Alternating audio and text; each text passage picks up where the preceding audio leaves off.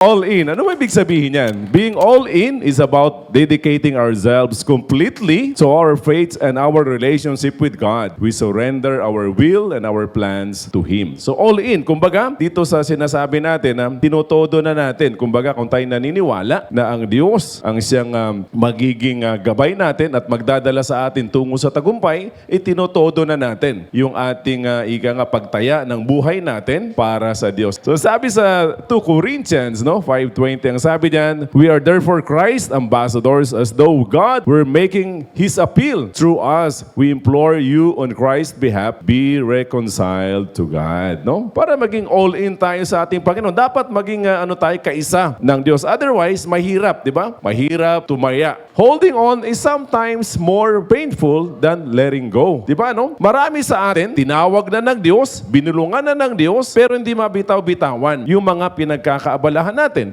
Ano ba yung hinahawakan mo? Na parang, Lord, wag naman. Ito yung nagpapasaya sa akin, Lord Wag naman. Di ba? So makikita natin, my dear brothers in Christ, na mahalaga sa atin na ano ba yung pinabibitawan sa iyo ng Diyos. So there's nothing more important to God than yourself. Ang pananampalataya ay katiyakan na mangyayari ang ating mga inaasahan at paninindigan tungkol sa mga bagay na hindi nakikita. So marami tayong mga bagay na ginagawa natin na hindi naman natin natin nakikita yung future. Nakikita lang natin yung ngayon. Walang katiyakan ang bukas. So sa paglilingkod sa Diyos, medyo mahirap. Sa pananampalataya natin, tayo'y naniniwala na yung mga inaasahan natin, yung mga pangarap natin sa buhay, magkakaroon ng katuparan. Yun ay paniniwala lang natin. Yun ang pinangahawakan natin. Kasi ang sabi diyan, when God calls, it will always be difficult. You only need to believe. So sabi nga nila, sa paglilingkod, hindi madali. Ang buhay, in general, hindi madali. Naglilingkod ka man sa Diyos, mahirap. Hindi ka naglilingkod sa Diyos, mahirap. Mas maganda na yun na nahihirapan ka sa buhay, pero naglilingkod ka sa Diyos. Kailangan mo lang maniwala na si Lord ang aagapay sa'yo. Si Lord ang tutulong sa'yo sa lahat ng pangailangan mo sa buhay. Kasi si Lord naman Si Lord ang pagka ginamit ka ni Lord at nagpagamit ka sa Diyos, si Lord naman ang magbibigay sa'yo ng karunungan. Si Lord naman ang magbibigay sa'yo ng katalinuhan para maibigay mo kung yung dapat maibigay doon sa mga nakikinig sa'yo. There are things we do not know when with all the things we see. So hindi lahat ng nakikita natin, parang naintindihan mo kung ano nangyayari. Sa pagsunod natin sa Diyos, talagang blindly sumusunod tayo, pero tayo naniniwala na ito ay may kapalit na magagandang pagpapala para sa atin at sa ating pamilya. Sinasabi natin na to see is to believe. Pero anong sabi diyan, di ba? Narinig natin yan kay brother rin. To believe is to see. When you doubt, hold your position because God is just preparing you for something great. So minsan, pagka may binulong sa'yo si Lord, so nagdududa ka, yung bulong na yun, importante yun sensitive tayo doon na pag may sinabi sa'yo si Lord, gawin mo kagad.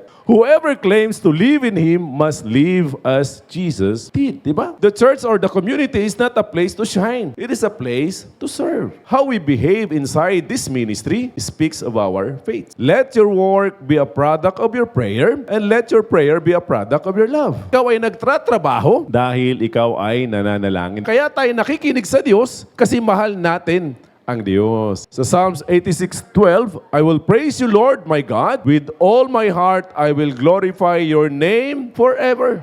Ang pag-glorify natin kay Lord forever. Hindi nagsasara. Tuloy-tuloy. So sabi diyan, the one who truly serves is happy. Ang talagang totoo na naglilingkod, masaya yan. Start giving more than you're taking. Ang totoong generous, wala doon sa kanyang binigay, kundi yung natira sa kanya. Sa awit 37:25, mula pagkabata hanggang tumanda na, sa tanang buhay ko'y walang nabalita na sa taong tapat, ang Diyos nagpabaya o ang anak niya ay naging hampas lupa. So kung tapat ka sa Diyos, hindi ka maghihirap. Those who are willing to lose everything for the kingdom is blessed. Kung ikaw ay nakahanda para kung ano man ang pwede mong ibigay para sa Diyos, mas mapalad ka. Everything comes from God. Everything will return to God. Kung ano man ang hawak mo ngayon, ano man ang kayamanan mo ngayon, babalik din yan. Meditate on what it truly means to be all in for Christ. Discover how to live out your faith wholeheartedly and how this commitment can transform your life. Kanino mo ba itataya ang buhay mo? Baka nagtitira ka pa kasi. Lord, ito lang ang pwede kong ibigay, Lord. Pero ito, Lord, huwag nyo nang pakialaman to. Kayo naman, Lord, pakialamero kayo eh.